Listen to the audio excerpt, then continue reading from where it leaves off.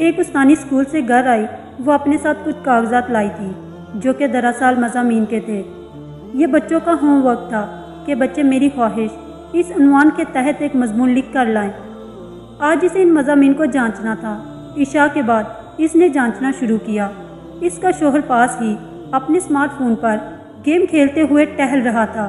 آخری پرچہ پڑھتے ہی اس نے پھوٹ پھوٹ کر رونا شروع کر دیا۔ اس کی سسکیوں کو سن کر اس کا شوہر دوڑتے ہوئے آیا اور رونے کی وجہ دریافت کی۔ کیا ہو گیا؟ کیوں رو رہی ہو؟ اس نے جواب دیا، کل میں نے بچوں کو میری خواہش اس عنوان پر مضمون لکھنے کا ہوم ورک دیا تھا، وہی جانچ رہی تھی۔ اس آخری مضمون نے مجھے اتنا متاثر کیا کہ میں بے تحاشا رونے لگی۔ اس کے شوہر کو تجسس ہوا۔ اس نے پوچھا، کیا مضمون ہے؟ ذرا میں بھی تو سنوں۔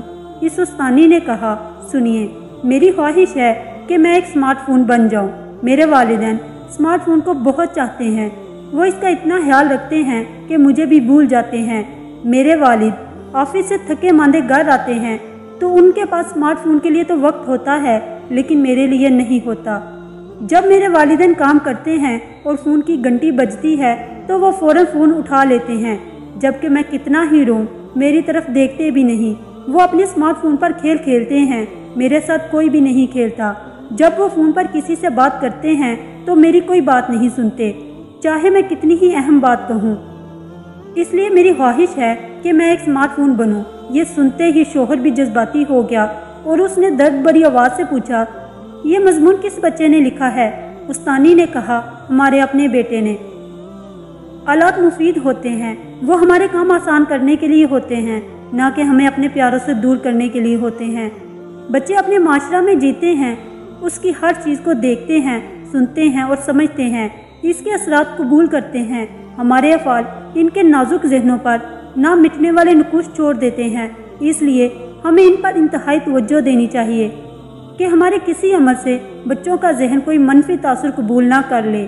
ہمیں اپنے بچوں کو خاص وقت دینا چاہیے، ان کی باتوں کو غور سے سننا چاہیے اور اپنا زیادہ تر وقت اپنے بچوں کے ساتھ گزارنا چاہیے، کیونکہ آج ہم جتنا وقت اپنے بچوں کو دیں گے، کل کو ہمارے بچے اتنا ہی وقت ہمیں دیں گے۔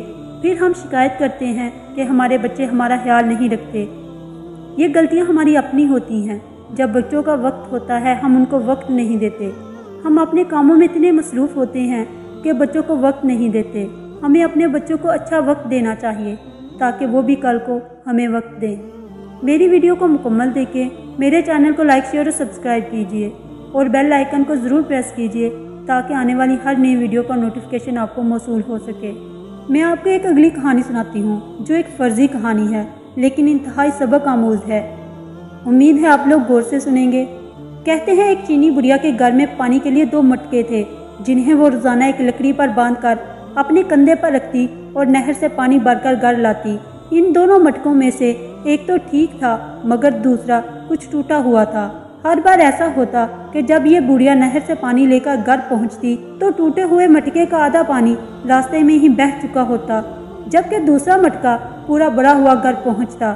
صحیح مٹکا اپنی کارکردگی سے بالکل مطمئن تھا، جبکہ ٹوٹا ہوا مایوس تھا، حتیٰ کہ وہ اپنی ذات سے بھی نفرت کرنے لگا کہ آخر کیوں کر وہ اپنے فرائض کو اس اچھے انداز میں پورا نہیں کر پاتا جس کی اس سے توقع کی جاتی ہے۔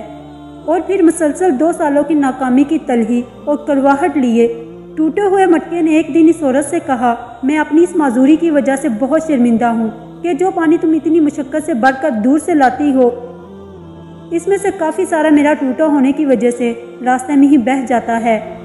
گھرے کی یہ بات سن کر بڑھیا ہنس دی اور کہا، کیا تم نے ان سالوں میں یہ نہیں دیکھا کہ میں جس طرف سے تم کو اٹھا کر لاتی ہوں ادھر تو پھولوں کے پودے ہی پودے لگے ہوئے ہیں جبکہ دوسری طرف کچھ بھی نہیں اگا ہوا۔ مجھے اس پانی کا پورا پتہ ہے جو تمہارے ٹوٹا ہونے کی وجہ سے گرتا ہے، اور اسی لیے تو میں نے نہر سے لے کر اپنے گھر کے راستے میں پھولوں کے بیج بو دیے تھے تاکہ میرے گھر آنے تک وہ روزانہ اس پانی سے سیراب ہوتے رہیں۔ ان 2 سالوں میں میں نے کئی بار ان پھولوں سے خوبصورت گلدستے بنا کر اپنے گھر کو سجایا اور مہکایا۔ اگر تم میرے پاس نہ ہوتے تو میں اس بہار کو دیکھ نہ پاتی۔ یاد رکھیے، ہم میں سے ہر شخص میں کوئی نہ کوئی حامی ہے، لیکن ہماری یہ حامیاں، معذوریاں اور ایسا ٹوٹا ہوا ہونا ایک دوسرے کے لیے عجیب اور پرتاثیر قسم کے تعلقات بناتا ہے۔ ہم پر واجب ہے